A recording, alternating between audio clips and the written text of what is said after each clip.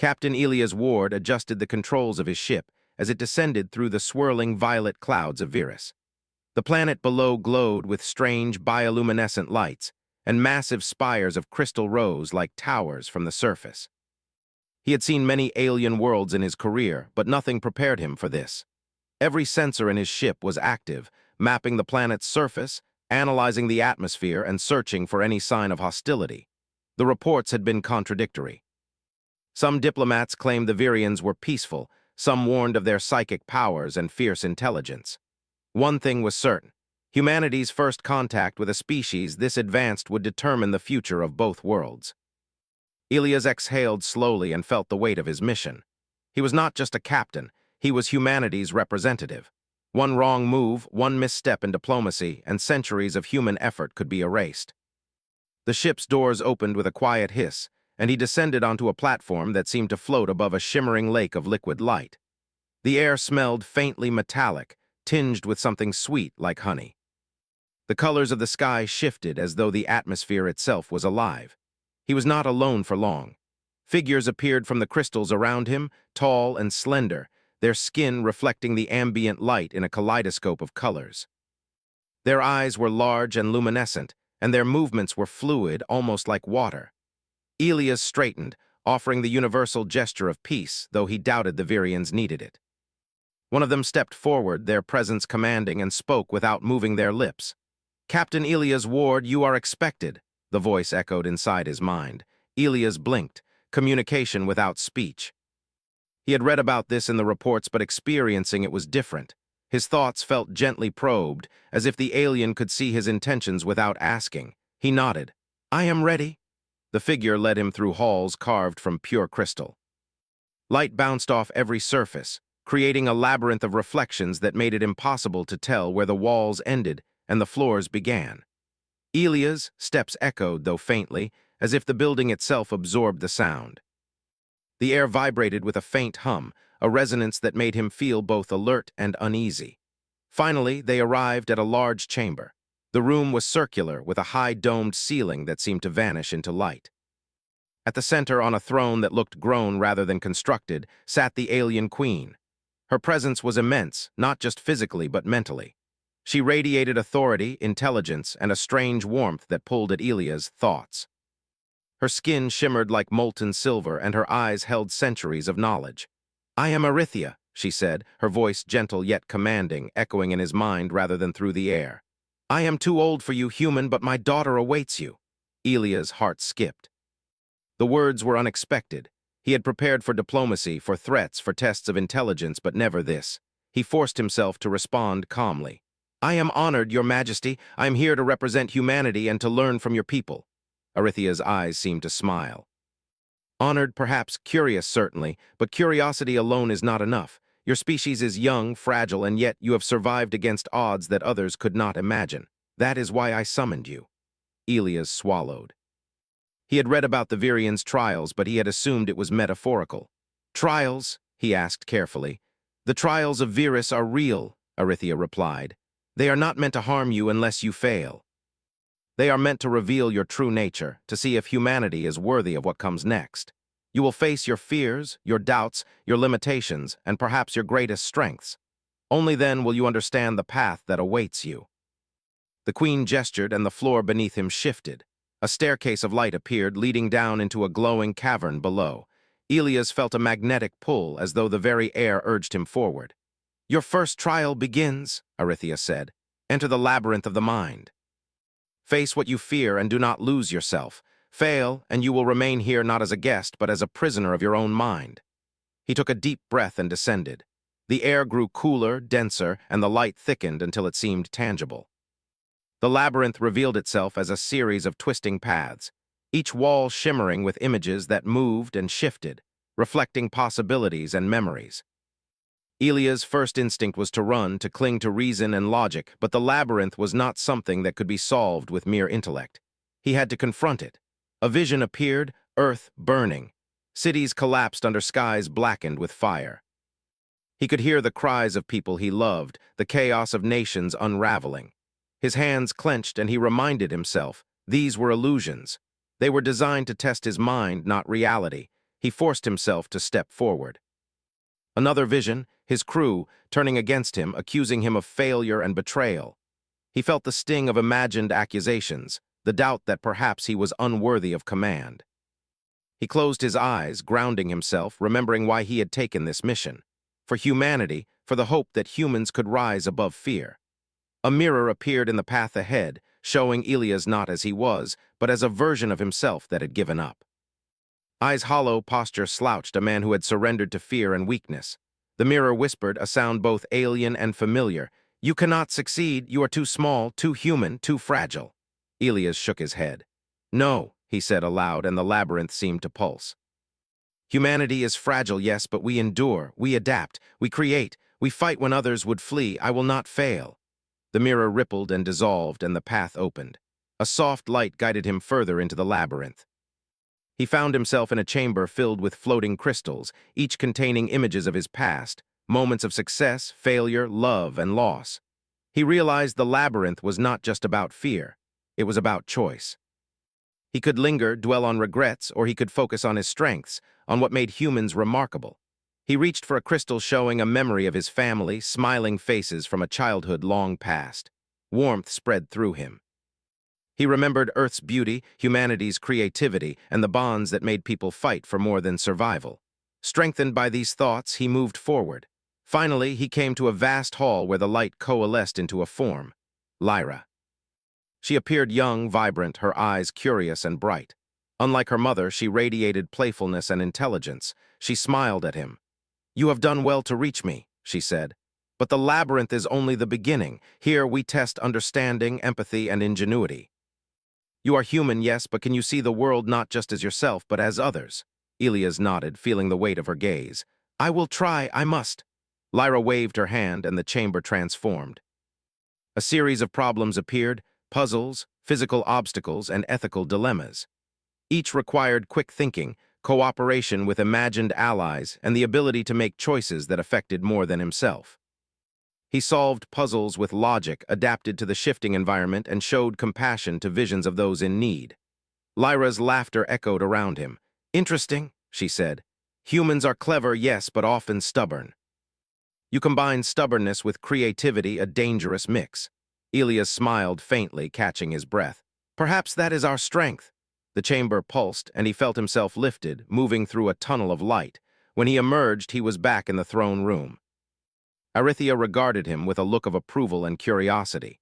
"You have passed the first trial," she said. "Many fail, unable to confront themselves. You have succeeded because you have shown the core of humanity, courage, empathy, and ingenuity. But this is only the beginning. The path forward will test not just your mind, but your heart." Elias felt both relief and apprehension. He had succeeded, but he knew the challenges ahead would be greater. The Queen's words lingered in his mind. "My daughter awaits you." It was not merely a statement of expectation, but of destiny. Whatever awaited him, he realized that humanity's greatest strength was not in technology or weapons, but in the capacity to rise above fear, to innovate, and to inspire. As he looked at Lyra, he sensed the potential for something extraordinary, a partnership between human courage and Virian wisdom, a chance to unite two species against the unknown dangers of the galaxy. He could feel the weight of the future pressing upon him, but for the first time he felt ready. The Queen's final words echoed in his mind as he prepared for the next phase. "Remember, Elias Ward, you are not merely a visitor here. You are a bridge between worlds, between species, and perhaps between the past and what must come next." With that, part one closed as Elias stepped forward into the glowing corridors of Virus, the path ahead uncertain, full of challenges, and alive with the promise of adventure. He knew one thing for certain. Humanity had a role to play in this alien world, and he would be at the forefront. Elias stepped carefully along the glowing corridors of Virus, feeling the hum of the planet beneath him. The air shimmered with energy, and the walls seemed to pulse with life. Every step made him more aware that he was no longer in the human world he had known. Here, thought and intention mattered as much as movement. Lyra floated alongside him, her presence both reassuring and challenging. "You passed the first trial," she said, her voice light but serious. "Few humans manage that, most give in to fear or doubt, but now comes the real challenge. It is not enough to survive illusions. You must understand us, our world, and yourself in ways you have never imagined. Elias nodded. He felt the weight of responsibility pressing on him. The labyrinth had tested his mind, but now his heart would be tested. He realized that Virus was teaching him a truth he had only understood in theory. Humanity's strength lay not in physical power, but in adaptability, empathy, and the will to endure. They entered a vast chamber where the ceiling arched high into darkness, dotted with lights that resembled stars. The floor was a mirror, reflecting the endless sky above, creating the feeling of floating in a universe of infinite possibilities. Crystals of different sizes hovered midair, casting light that danced in patterns across the room. In the center stood a structure that seemed alive, twisting and reshaping itself. "This is the trial of understanding," Lyra said. "Here you must face the world as we see it. You must learn to think like us, feel like us, and act like us, but remain yourself. You cannot abandon your humanity, yet you must rise beyond it." Elias took a deep breath. "And if I fail?" Lyra's eyes glimmered. "Then you will remain here, trapped in reflection, never to return to your world." The trial began. Crystals shifted, forming scenes from Virus' past. Elias saw cities destroyed by natural disasters, wars between factions of Virians, and moments of profound joy and creation. Each vision challenged him to react, to choose, and to interpret without the guidance of his own experience. When a vision of conflict arose, he had to decide whether to intervene or observe, understanding that every action had consequences. At first, he hesitated. Human instincts urged him to act immediately, to solve problems with force or command. But the Virians' world moved differently. Decisions required patience, insight, and intuition. He began to notice patterns, small cues in the shifting visions that revealed how the Virians thought and communicated. By observing carefully, he could predict outcomes and navigate the trial more successfully. A vision materialized showing a village on fire, its inhabitants trapped in a collapse. Elia's first instinct was to leap in and rescue them, but Lyra's voice echoed in his mind. "Not all solutions are obvious. Sometimes understanding comes from seeing, not touching." He focused, observing the villagers' own actions, noticing how they coordinated and adapted to save themselves. Slowly, he realized that imposing his way of thinking would not help. Instead, he guided them with subtle suggestions, shaping outcomes without interfering directly. The villagers survived, and the vision dissolved into shimmering light. Lyra smiled. "Good, you are learning. Human instincts are valuable, but they must be tempered with understanding. That is the key to surviving here and the key to building bridges between our worlds." The trial intensified. Scenes became more abstract, blending reality and imagination. Elias found himself in a vast, empty plain, facing visions of his own past, failures, regrets, moments of weakness. Shadows of himself appeared, whispering accusations, doubt, and fear. "You are not strong enough. You are not clever enough. You are too human to succeed here." Elias squared his shoulders. "I am human," he said firmly.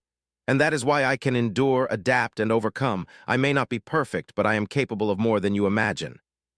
The shadows twisted and vanished, and a new vision appeared, Lyra standing on a cliff, gesturing to him. "Do not fear your humanity, Elias. Embrace it, but see beyond it. That is how you will succeed." He approached her, and the world shifted again. Now they were on a platform surrounded by floating orbs, each containing a challenge. Some were puzzles requiring logic and insight.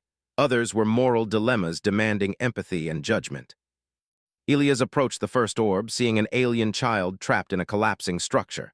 The challenge was clear: act quickly or fail. He paused, studying the scenario carefully. Unlike humans, the Virians valued cooperation and strategy over brute action. He guided the child to safety using the resources in the environment, not by rushing, but by analyzing patterns and using foresight. The orb dissolved, and he felt a surge of accomplishment. The next orb presented a more difficult problem: a group of Virians in conflict, unable to resolve their disputes. Elias instinctively wanted to command them, to tell them what to do, but he realized that his role was to facilitate, not dictate. He encouraged dialogue, highlighting common goals and shared experiences. Slowly, tensions eased and harmony was restored. Lyra watched him closely. "You understand now," she said. "You are beginning to see the value of collaboration, of combining intellect, empathy, and creativity. This is what humans can offer, something unique that even we struggle to master." Hours seemed to pass, though time was meaningless in the shifting trial. Elias faced one challenge after another, each testing different aspects of his character. Some were physical, requiring agility and endurance. Others were intellectual or moral, demanding careful judgment and compassion. Each success revealed new facets of human potential, and each failure taught humility and insight. At one point, Elias found himself alone in a hall of mirrors. Each reflection showed a different version of him: a soldier, a leader, a failure, a hero. The reflections whispered doubts, fears, and criticisms, testing his confidence. He realized that to succeed, he could not reject any part of himself, not even flaws. Acceptance of who he was, combined with the will to improve, was essential. He touched one mirror and the reflection smiled. "You are ready," it said. The hall dissolved, and he was once again in the presence of Lyra. "You have done well, Elias," she said. "Few humans reach this stage. Your mind, heart, and spirit have proven resilient. But now comes the final part of the trial. You must choose. Return to your world, armed with knowledge of our people, or remain here, committing yourself to the future of Virus and the alliance between our species." Elias' thoughts raced. Returning to Earth meant safety, mission completion, and the comfort of familiarity. But staying meant uncertainty, challenges, and responsibilities beyond imagination. He thought of humanity's potential, of the possibilities of combining human ingenuity with Virian wisdom, and of the trust Lyra had placed in him. I will stay," he said finally, his voice steady. "Not for myself, but for what we can build together, for both our peoples." Lyra's eyes lit up. "Then you are ready for what comes next. Your trials are not merely tests, they are preparation. Together we will face the challenges that threaten not just Virus, but your world as well." The chamber transformed once more, revealing a view of Virus as Elias had never seen it. Mountains glowed with internal light, oceans shimmered with colors beyond human imagination, and creatures of every shape and size moved in harmony. The planet itself seemed alive, observing him, judging him, and welcoming him. Arithia's voice echoed in his mind. "You have proven that humanity is capable of more than even we suspected. Courage, empathy, ingenuity, and the will to act, these are strengths that cannot be measured by age, size, or species. They are the essence of what makes humans remarkable." Elias felt a surge of pride, tempered by humility. He had faced his fears, his doubts, and his limitations. He had proven that human qualities, though sometimes unpredictable, were essential to survival and progress. For the first time, he truly understood the words of the Queen. His species had value beyond what even he had imagined. Lyra stepped closer. "Your journey is far from over," she said, her voice gentle yet filled with promise. "Tomorrow we begin preparing for the threats that loom beyond Virus. But tonight you rest. You have earned it." Elias looked at the twin moons of Virus hanging in the sky, glowing with silver and gold. He felt hope, anticipation, and determination. Humanity had proven itself in ways he had never dreamed. Now, the real challenge was only beginning, and he would face it not as a lone envoy, but as a bridge between two civilizations, a symbol of what could be achieved when species united in purpose. As he settled into a chamber that seemed to mold itself to his body, he allowed himself a moment of reflection. The trials had tested every part of him, mind, heart, and spirit, and he had survived. More than survival, he had thrived, demonstrating that even in an alien world, humanity's unique strengths could shine brightly. Outside, Virus pulsed with life, a world of wonder and mystery. Within him, Elias felt a spark of determination. The future was uncertain, filled with dangers he could not yet imagine. But he was no longer merely a visitor. He was a participant, a partner, and perhaps, in time, a hero. As sleep claimed him, visions of Earth and Virus intertwined, showing him the possibilities of unity, courage, and resilience. He knew that tomorrow would bring new trials, but for the first time he was ready, not just as a human, but as a bridge between worlds, capable of shaping the fate of two civilizations.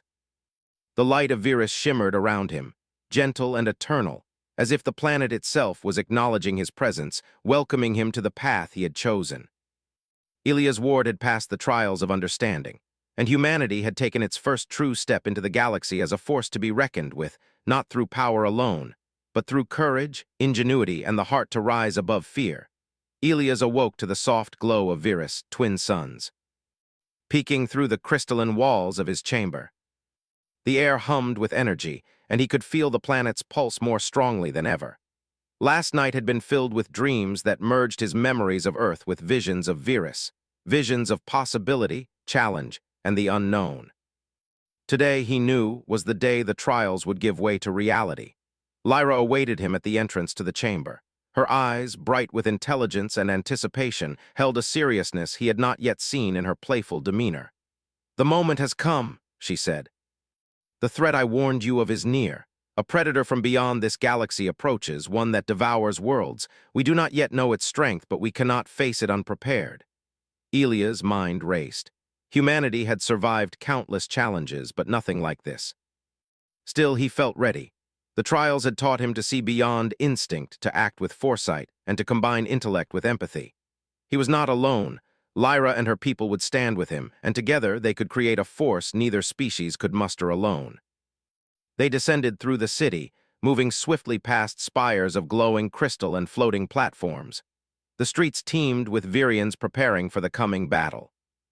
Machines that seemed grown rather than built hummed with energy, and psychic fields shimmered around strategic points, reinforcing the city's defenses.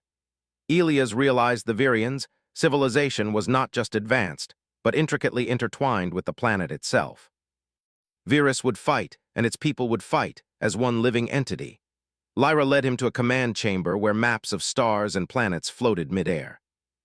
Virian officers moved through the holographic projections, discussing strategies in tones that Elias could sense but not hear, the words carrying emotion and intent directly to his mind. He marveled at the coordination, but he also knew that humans had an advantage: unpredictability. "You will lead the human contingent," Lyra said. "Your people may be physically weaker than the predator, but your creativity and adaptability can turn the tide. You must trust yourself as I trust you." Elias nodded, feeling the gravity of the moment. He could not afford hesitation or doubt. He began issuing orders to the humans and coordinating with Lyra's psychic guidance. Together, they formed a plan that combined human ingenuity with Virian strategy. Humans piloted ships enhanced with alien technology, equipped to respond quickly and adapt to unexpected situations. Virians channeled psychic energy, creating barriers, manipulating matter, and anticipating the predator's movements. The sky darkened as the predator approached, a vast entity of shifting shadows and energy that blotted out stars. Its roar reverberated through the planet, shaking the ground beneath Elia's feet. He felt fear, but he also felt determination.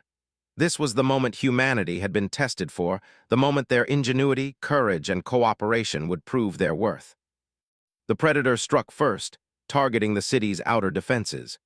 Virians and humans fought together, the combination of psychic power and tactical skill repelling initial attacks. Elias piloted his ship with precision, navigating through the predator's energy streams and finding weak points in its defenses. Every maneuver tested his reflexes, judgment, and courage. Lyra's voice guided him. "Focus, Elias. See patterns, anticipate, adapt. You are not merely reacting, you are creating opportunities." He followed her advice, noticing how the predator responded to predictable attacks. Using deception, unpredictability, and creative tactics, he led his fleet into positions the predator had not anticipated. Humans worked alongside Virians, improvising solutions on the fly, repairing damaged ships, and reinforcing psychic barriers. Elias felt pride in his species, not for their strength, but for their spirit and ingenuity. Hours passed in a blur of strategy, action, and danger. The predator grew frustrated, its attacks becoming more chaotic and desperate.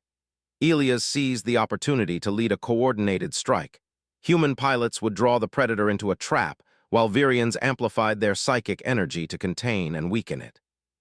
The plan required precise timing, trust, and flawless execution. Elias took a deep breath, focusing on the moment. He guided the fleet, giving orders with clarity and confidence. The predator lunged, and the trap closed around it. Virians channeled immense energy, forming barriers that held it in place, while humans used adaptive weaponry to exploit its vulnerabilities. The predator struggled, thrashing violently, but the combined efforts of both species were relentless. Finally, with a surge of effort and cooperation, the predator was defeated. Its body dissipated into energy that scattered harmlessly across space, leaving Virus and nearby planets untouched. Silence fell over the battlefield, broken only by the hum of ships and the cheers of Virians and humans alike. Elias exhaled, feeling a mix of relief, exhaustion, and triumph. Lyra floated to his side, her eyes shining with admiration. "You did it," she said. "Together, we did it. Your people have proven their worth, Elias. Your courage, creativity, and determination have saved my world, and shown that humanity can rise to challenges greater than themselves." Arithia appeared, her presence as commanding as ever. She regarded Elias with a mixture of pride and respect. "You have passed the ultimate test, not merely a trial of mind or heart, but a trial of destiny. You have shown that humans are capable of extraordinary feats, not through strength alone, but through spirit, ingenuity, and collaboration." Elias felt a wave of humility and gratitude. He had never considered himself a hero, yet here he stood, a representative of humanity who had helped save an entire civilization. He realized that being human meant more than survival. It meant striving for something greater, facing fear, and rising above doubt. Lyra took his hand, her touch both comforting and empowering. "There is still much to do," she said. "Virus and Earth are linked now. The Predator was only one of many threats, but together we can face whatever comes." Elias nodded. He looked at the horizon, seeing Virus in all its beauty. Glowing oceans, floating spires, and life that moved with grace and purpose. He felt hope for the first time in a long while. Hope not only for humanity, but for the possibility of unity between species, the possibility of learning, growing, and surviving together. He thought of Earth, of his crew, and of the countless humans who had struggled, endured, and innovated through history. The same qualities that had guided him through Virus, the ability to adapt, to empathize, to think beyond instinct, had shaped humanity for generations. And now they had shaped the future of another world as well. The celebrations that followed were filled with music, light, and joy. Virians moved with their usual elegance, humans adapted to the alien customs, and together they shared stories, laughter, and pride. Elias walked among them, feeling a sense of belonging he had never known. He realized that courage was not the absence of fear, but the willingness to act in spite of it. Ingenuity was not just knowledge, but the ability to apply it in unexpected ways. And humanity's greatest strength was its heart, the drive to protect, to explore, and to connect. As night fell over Virus, the twin suns setting in the alien sky, Elias and Lyra stood atop a cliff overlooking the city. The world below shimmered with light, reflecting the triumph of two species united. "You have changed how we see humans," Lyra said softly. "You have shown that even a species young in years can be wise, brave, and indispensable. Your people have a place among the stars, Elias." He smiled, feeling the weight of responsibility and the spark of possibility. "And your people have taught me that strength comes in many forms, not just power, but understanding, cooperation, and vision." Arithia joined them, her presence calm yet immense. "The galaxy is vast and full of unknowns, but now humans and Virians can face it together. You have proven that even the smallest species can influence the course of destiny. Remember this lesson: courage, empathy, and ingenuity will always be our greatest weapons." Elias looked at the sky, where stars twinkled like scattered gems. He felt a connection to something larger than himself, a sense of purpose that stretched beyond Earth or Virus. Humanity had proven its worth, not through might alone, but through resilience, creativity, and the heart to rise above any challenge. Lyra rested her hand on his shoulder. "The journey is only beginning. Together we will face whatever comes, but tonight we celebrate." "You have earned it." Elias nodded, watching the lights of Virus dance across the valley below. The planet was alive with energy, hope, and life, and he felt a deep sense of fulfillment. Humanity had been tested, and in the heart of an alien world it had triumphed, not through strength alone, but through spirit, courage, and connection. As the celebration continued, Elias allowed himself a moment to reflect. He thought of Earth, of the humans who would never know the battles fought here, and of the potential that now existed for collaboration between worlds. He realized that heroism was not about fame or glory, but about the choices one made, the courage to act, and the willingness to rise above fear. The twin moons of Virus rose in the sky, casting silver and gold light across the city. Elias felt a sense of peace, knowing that humanity's first steps among the stars had been remarkable, that human ingenuity and courage had been proven, and that the bond between species could shape a brighter future. He turned to Lyra and Arithia, standing side by side. "We will face the future together," he said. "Whatever comes, humanity and Virus will face it as one." Lyra smiled, a mix of admiration and warmth. "Yes, Elias, together." And as the stars shimmered above Virus, Captain Elias Ward knew that humanity had taken its place among the stars, not as conquerors, but as collaborators, thinkers, and heroes. He had faced trials, dangers, and the unknown, and through it all, he had proven the enduring truth of human potential. That courage, ingenuity, and heart could triumph over fear, that even a single human could make a difference in the vast universe, and that together with others, alien and human alike, nothing was impossible. The night settled over Virus, calm and glowing, a testament to survival, unity, and hope. Humanity had arrived, it had endured, and it would shine. Elias looked up at the sky, the twin moons and countless stars above, and for the first time he felt the weight and wonder of possibility. He was no longer merely a visitor. He was a participant in something extraordinary, a bridge between worlds, a symbol of human courage, and a testament to what could be achieved when species work together in hope, ingenuity, and heart. The journey was far from over, but for now, the galaxy had witnessed the triumph of humanity, the power of cooperation, and the courage to rise above fear.